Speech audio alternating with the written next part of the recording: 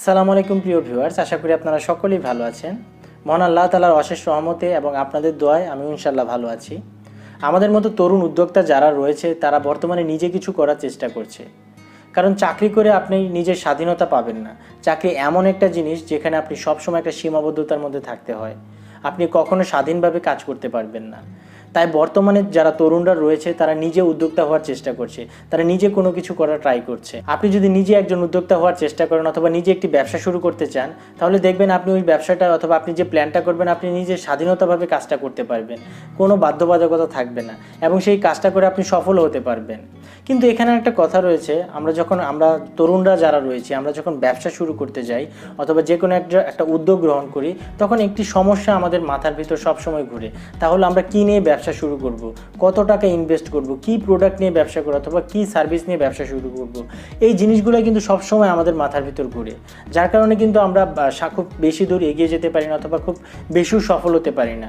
অনেক তরুণীরা দেখবেন যে আপনার একটা ব্যবসা শুরু করলো, বাট প্রপার প্ল্যানের কারণে কিন্তু তারা খুব বেশি দূর এগিয়ে যেতে পারে না, তারা কিন্তু ওই জায়গায় স্টপ হয়ে যায়, তারা কিন্তু ডিমোটিভেট হয়ে যায়। তাই আজকে আমি আপনাদের সাথে এমন 10টি ব্যবসার আইডিয়া শেয়ার করব যে ব্যবসাগুলো আপনারা খুব অল্প টাকায় ইনভেস্টমেন্ট করে খুব সহজেই শুরু করতে পারবেন। আমাদের সবার মনে কিন্তু একটা ভুল ধারণা রয়েছে। আমি ভিডিওটি শুরু করার আগে ভুল ধারণাটা নিয়ে আপনাদের সাথে একটু কথা বলি। আমাদের সবার মনে একটা ধারণা রয়েছে যে কোনো বড় ব্যবসা করলেই কিন্তু বড় লোক হওয়া যায়। এটা কিন্তু আসলে একটা টোটাল ভুল ধারণা। আপনি ছোট ব্যবসা করে কিন্তু ব্যবসাটাকে রোল করতে করতে করতে করতে কিন্তু আপনি আপনার যে ব্যবসাটা রয়েছে সেই ব্যবসাটাকে কিন্তু বড় করতে পারবেন। আপনি একটা জিনিস লক্ষ্য করবেন, বাংলাদেশ না বিশ্বের যত বড় বড় ব্যবসায়ীরা রয়েছে তারা কিন্তু খুব বড়লোক হয়ে যায় না। তারা কিন্তু ছোটোভাবে ব্যবসা শুরু করে তারা একটা প্রপার প্ল্যান অনুসারে স্টেপ বাই স্টেপ ব্যবসা করেই কিন্তু আজ তারা তাদের ওই পজিশনে গিয়েছে, তারা একটি বড় বিজনেসম্যান হতে পেরেছে। তাই আপনাকে খুব ছোটোভাবে, খুব ছোট পরিসরে, খুব সুন্দর প্ল্যান অনুসারে অর্গানাইজডভাবে কাজ করতে হবে, তবে আপনি ওই ব্যবসাগুলো করে সফল হতে পারবেন। আর আজকে আমি যে ব্যবসাগুলো নিয়ে আপনাদের সাথে আলোচনা করব, এই ব্যবসাগুলো কিন্তু আমি আমার মন গড়া কোনো কাহিনী অথবা মন গড়া কথাগুলো নিয়ে আপনাদের সাথে শেয়ার করছি না। আমি আজকে যে 10টা টপিক নিয়ে অথবা যে 10টা বিজনেস নিয়ে আপনাদের সাথে আলোচনা করব, এই 10টা বিজনেস যারা বর্তমানে করছে তাদের সাথে আমি কথা বলেছি, এই 10টা মানুষের সাথে আমি কথা বলেছি, তারা কিভাবে বিজনেসগুলো করছে, তাদের কত টাকা ইনভেস্ট করতে হয়েছে প্রাথমিক অবস্থায়, তারা কিভাবে তাদের ব্যবসার অথবা বিজনেসের মার্কেটিং করেছে, এই জিনিসগুলো আমি তাদের কাছ থেকে জেনেছি। এবং যে দেখেন আমি কিন্তু একটা প্রপার প্ল্যান তৈরি করেছি, সেই প্ল্যানটাই কিন্তু আমি এখন আপনাদের সাথে শেয়ার করব যে এই 10টা বিজনেস করতে গেলে আপনারা কিভাবে আগাবেন, সামনে আগাবেন, কি ইনভেস্ট করবেন, কোন প্রোডাক্টের ব্যবসা করবেন, কোন সার্ভিসের ব্যবসা করবেন, এই জিনিসগুলো কিন্তু এখন আমি আপনাদের সাথে শেয়ার করব। এই ব্যবসাগুলোর আইডিয়া সম্পর্কে জানার জন্য আপনাকে একটু ধৈর্য নিয়ে 3 থেকে 4 মিনিট অথবা সর্বোচ্চ 5 মিনিট সময় নিয়ে এই 10টা ব্যবসার আইডিয়া একটু দেখেন। হয়তোবা এই 10টা ব্যবসার আইডিয়া থেকে যে কোনো একটা ব্যবসা আপনার পছন্দ হয়ে যাবে এবং আপনি ব্যবসাটা শুরু করে দিতে পারবেন। অথবা আপনি যদি আমার চ্যানেলে নতুন হয়ে থাকেন অথবা যে কোনো ভিডিও আপনি আমার প্রথম দেখছেন, তাহলে অবশ্যই আমার চ্যানেলটি সাবস্ক্রাইব করে রাখবেন। তাহলে আমি যে বিজনেস আইডিয়াগুলো অথবা যে পাইকারি পণ্যের সন্ধানগুলো আপনাদের দিব, সেই ভিডিওগুলো আপনারা খুব সহজে আপনাদের ফোনে অথবা কম্পিউটারে পেয়ে যাবেন। 1 নম্বরে যে ব্যবসাটি রেখেছি তাহলে স্টেশনারি ব্যবসা। এই স্টেশনারি প্রোডাক্টগুলোর চাহিদা কিন্তু দিন দিন বেড়েই চলছে এবং এর চাহিদা কিন্তু কখনো শেষ হবে না। এবং এই ব্যবসাটির কিন্তু কোনো অফ সিজন নেই, আপনি যে কোনো সময় যে কোনো জায়গায় যে কোনোভাবে ব্যবসাটি শুরু করতে পারবেন। আমরা হয়তো অনেকেই ব্যবসাটির সৌন্দর্য অথবা ব্যবসাটির গুরুত্ব সম্পর্কে জানি না, বিধায় ব্যবসাটি করতে আগ্রহী হই না। আজকে বিজনেস শুরু করলে আপনি যদি লেগে থাকেন তাহলে 1 থেকে 2 বছর পর একটি ভালো পজিশনে যেতে পারবেন। প্রথম অবস্থায় হয়তো আপনার ইনকাম কম হবে, তবে একটি নির্দিষ্ট সময় পর এই ব্যবসা থেকে খুব ভালো প্রফিট করতে পারবেন। 2 নম্বরে যে ব্যবসাটি রয়েছে তা হলো মুদির দোকানের ব্যবসা। মুদির দোকানে যে প্রোডাক্টগুলো বিক্রি করা হয়ে থাকে এই প্রোডাক্টগুলো কিন্তু আমাদের নিত্য প্রয়োজনীয় জিনিস। আর আপনারা সবাই জানেন নিত্য প্রয়োজনীয় জিনিসের চাহিদা কিন্তু কখনো কমে না, বরঞ্চ বাড়ে।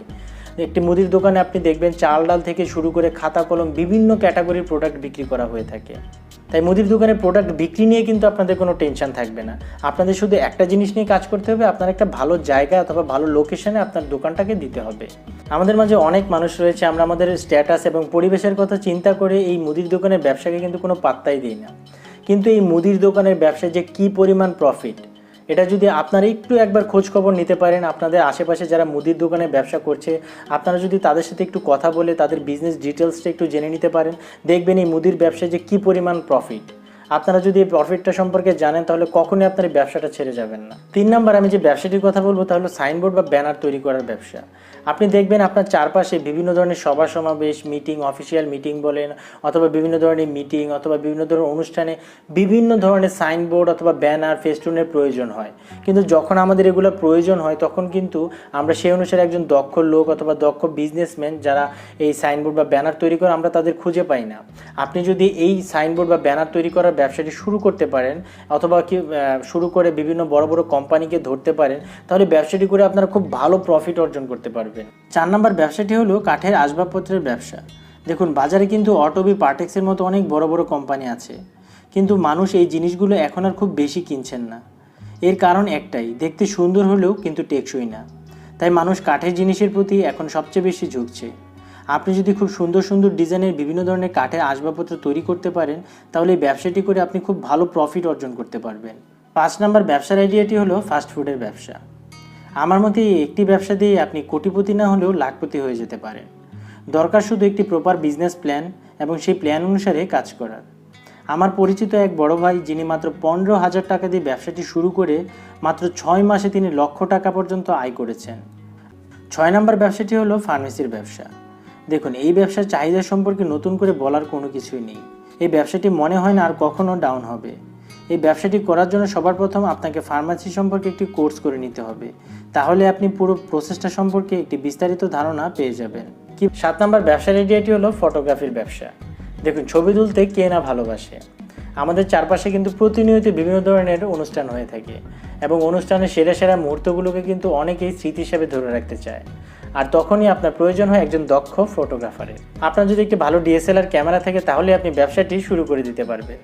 আপনি বিভিন্ন ইভেন্টে ফটোগ্রাফির পাশাপাশি আপনার তোলা বেস্ট ছবিগুলো অনলাইনে বিভিন্ন ছবি বিক্রি করার ওয়েবসাইট রয়েছে। আপনার তোলা বেস্ট ছবিগুলো আপনি ওইসব ওয়েবসাইটে আপলোড দিয়ে প্রতি ডাউনলোডের জন্য আপনি সেখান থেকে ভালো একটা টাকা ইনকাম করতে পারবেন। ব্যবসার আইডিয়াটি রেখেছি তা হলো রেন্টেকারের ব্যবসা। এই ব্যবসার চাহিদা কিন্তু দিন দিন বৃদ্ধি পাচ্ছে। দেখুন আমাদের দেশে কিন্তু উবার পাঠাওয়ার পাশাপাশি অনেক ধরনের রাইড শেয়ারিং কোম্পানি তৈরি হয়ে গেছে, কিন্তু তাদের কিন্তু একটা লিমিটেশন রয়েছে। তারা কিন্তু একটা নির্দিষ্ট সিটি এবং নির্দিষ্ট এরিয়ার মধ্যেই সীমাবদ্ধ। তারা যে সার্ভিসগুলো দিচ্ছে, তারা যে ক্লায়েন্টদের সার্ভিসগুলো দিচ্ছে অথবা যে রাইডগুলো শেয়ার করছে তারা কিন্তু একটা নির্দিষ্ট এরিয়ার মধ্যে সীমাবদ্ধ থাকছে। কিন্তু আপনি যদি একটা রেন্টেকারের ব্যবসা শুরু করেন আপনার কিন্তু সেই বাধ্যবাধকতার নিয়মটা থাকবে না। আপনি কিন্তু সারা বাংলাদেশে সার্ভিসটা দিতে পারবেন। আপনি যদি উবার পাঠাওয়ে একটা গাড়ি কিনে দেন সেখান থেকে আপনি যে প্রফিটটা পাবেন, আপনি যদি রেন্টেকারের একটা নিজে ব্যবসা শুরু করেন সেখান থেকে কিন্তু আপনি ডাবল একটা প্রফিট পেয়ে যাবেন। 9 নম্বরে যে ব্যবসার আইডিয়াটি রেখেছি তা হলো কাগজের পণ্য তৈরি করার ব্যবসা।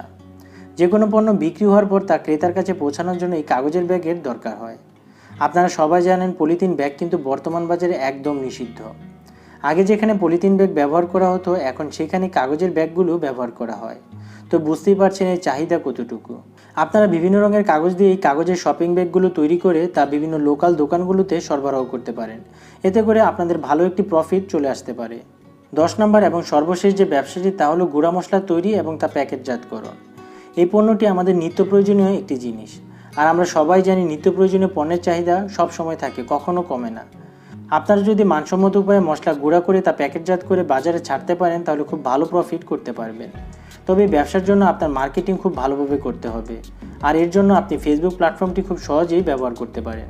আজকে যে 10টি ব্যবসা নিয়ে আপনাদের সাথে আলোচনা করলাম, এই 10টি ব্যবসা থেকে কোন ব্যবসাটি করতে আপনারা আগ্রহী সেই ব্যবসাটি নিয়ে আপনারা একটু মার্কেট রিসার্চ করুন এবং নিজের একটি মার্কেটিং প্ল্যান তৈরি করুন, একটি বিজনেস প্ল্যান তৈরি করুন এবং সেই প্ল্যান অনুসারে আপনারা কাজ করে ব্যবসাটি শুরু করে দিন। তো আজকের ভিডিওটি এই পর্যন্ত শেষ করলাম।